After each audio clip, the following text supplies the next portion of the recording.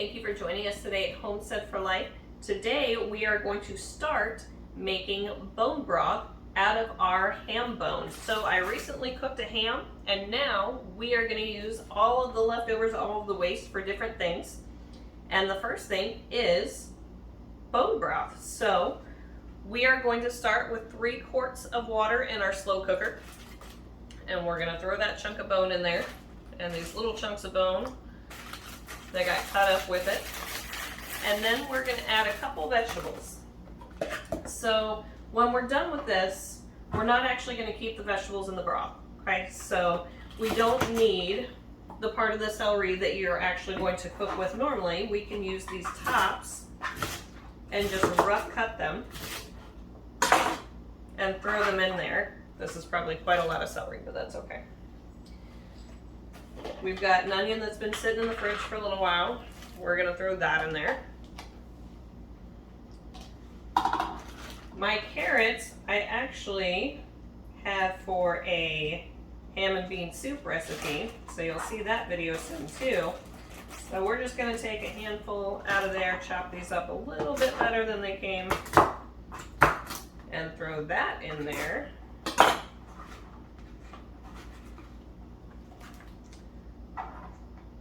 Very precise measurements here, right? We are going to put some parsley. If you have fresh parsley, that is preferred. I do not. It died back this winter, so parsley flakes it is. And then optional bay leaf. So the last ingredient, because nothing's done without garlic, right? We have our powdered garlic that we dehydrated a couple months back. So if you were watching then, thanks for watching. And now we're going to use it up. I have no idea what's left in there, but we're going to use the last of it. It was getting down to the dregs anyway. Just going to mix this up a little bit. And then I'm going to put this on low.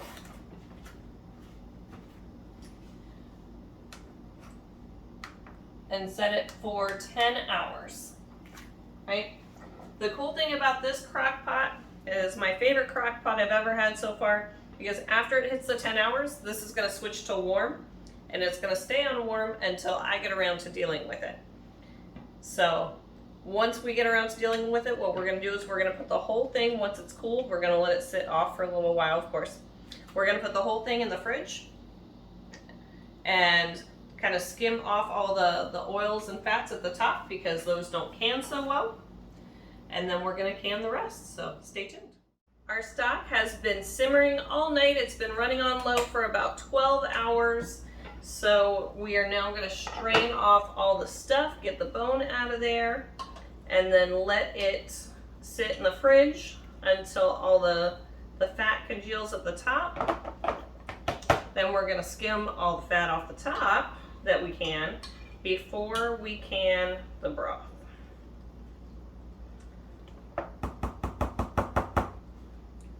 It smells really good.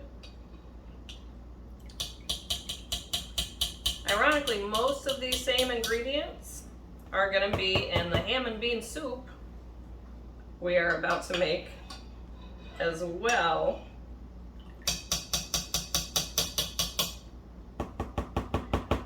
So stay tuned for that video too. So that's it. We just strain it and then put the rest in the fridge so that the fats can separate on top. Our ham stock has cooled off. We've got that layer of fat across the top. So we are going to scoop that off, and then we're going to strain it one more time and then put it in our jars and can it. All right, so now we're going to strain it into a jar. Get any chunks we missed last time out. I'm going to pour it into my pot here because we are going to heat this up to boiling.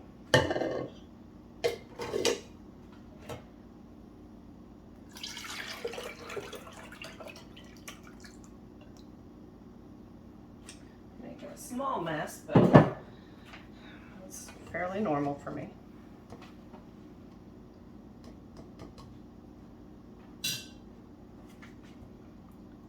All right.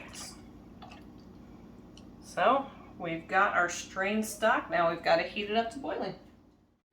All right, we are going to get our pot going here. Turn this up. So we want it to boil. While we're waiting for that, we are going to sanitize our jars in the dishwasher. So what that's going to do is heat them up.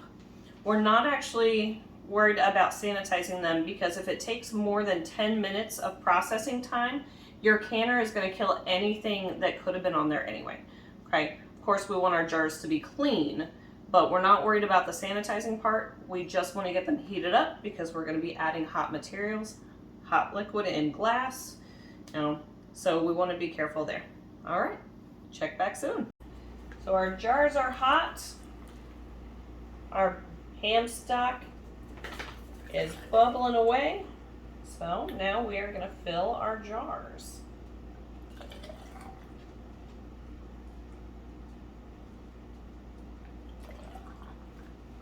We want to fill these to 1 inch head space. It's about the bottom rung. My snazzy funnel is buried in a sink full of dirty dishes.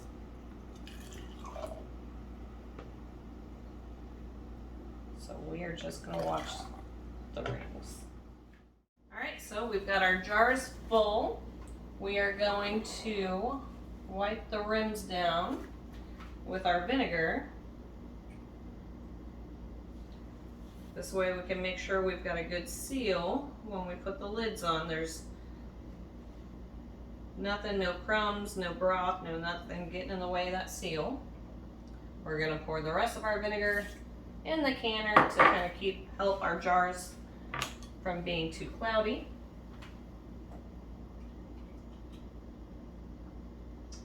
And use our fun magnet bonus lids to get the lids out of our simmering water. All right, finger tighten the lids. Don't burn yourself because you've got a warm jar full of hot stuff.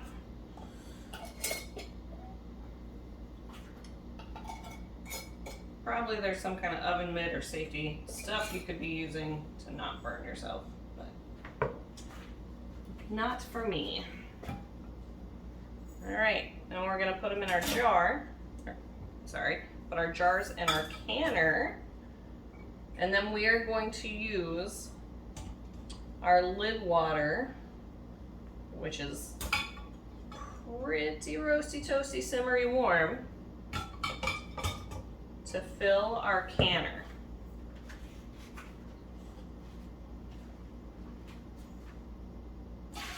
Whew.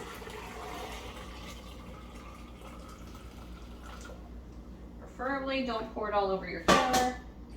Don't forget to turn your stove off. All right, so we are gonna plug in our canner. We're gonna close and seal our lid. Move the dial thingy to exhaust and get it started. So we want high, we want 20 minutes. And we're gonna press start. When it starts beeping at us and gets down to the lower E numbers, then we are gonna come back. We're gonna flip it to airtight. All right, our pressure canner is down to E3, so we are going to flip this to airtight. And once it gets to the right pressure, it's gonna start our countdown timer. Our timer has gone off, it's finished processing, so we are going to unplug it, let it sit for an hour, and then we can open our canner and take out our jars. Our timer is up, it's been sitting here unplugged for an hour. So we're gonna crack it open and check it out.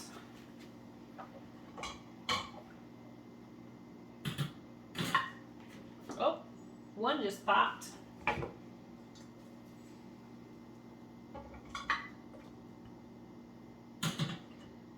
another one.